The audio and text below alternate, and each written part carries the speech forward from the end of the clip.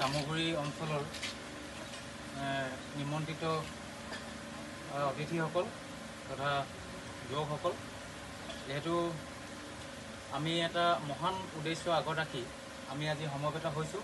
যেহেতু আপোনালোকে ইতিমধ্যে গম পাইছে, মোৰ ভাতৃপ্ৰতিম আব্দুল হালিম ডাঙৰীয়াই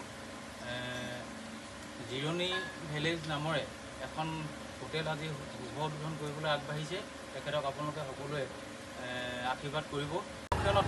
আমি আমাৰ এই শুভ উদ্বোধন কৰিবলৈ আমি আমন্ত্ৰণ জনাই আনিছিলোঁ যে আপোনালোকৰ সকলোৱে পৰিচিত চামগুৰি অঞ্চলৰ গৌৰৱ, চামগুৰি সুযোগ্য সন্তান যুৱ নেতা মজিদ আলী ডাঙৰীয়া আমি আমন্ত্ৰণ কৰি আনিছিলোঁ। মই মজিদ আলী ডাঙৰীয়াকে আমি জিৰণি ভিলেজৰ স্বত্বাধিকাৰী সন্মানীয় আব্দুল হালিম ডাঙৰীয়া এখন ফুলাম গামোচাৰে অকণ মৰম জনাবলৈ মই অনুৰোধ জনাইছোঁ।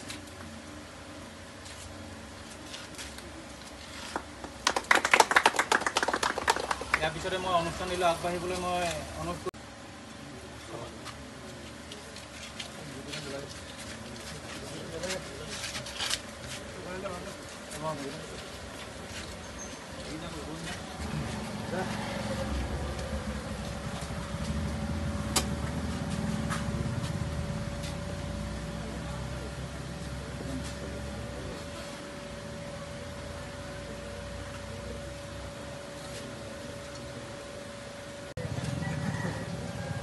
আমাৰ চামগুৰি অঞ্চলৰ উঠি নতুন প্ৰজন্মৰ যুৱক আব্দুল হালিমে জিৰণি ভিলেজ বুলি এখন আমাৰ আজি হোটেল মুকলি কৰিবৰ কাৰণে তেওঁৰ বন্ধুবৰ্গ তথা বিভিন্ন অতিথিসকলক নিমন্ত্ৰণ কৰিছে।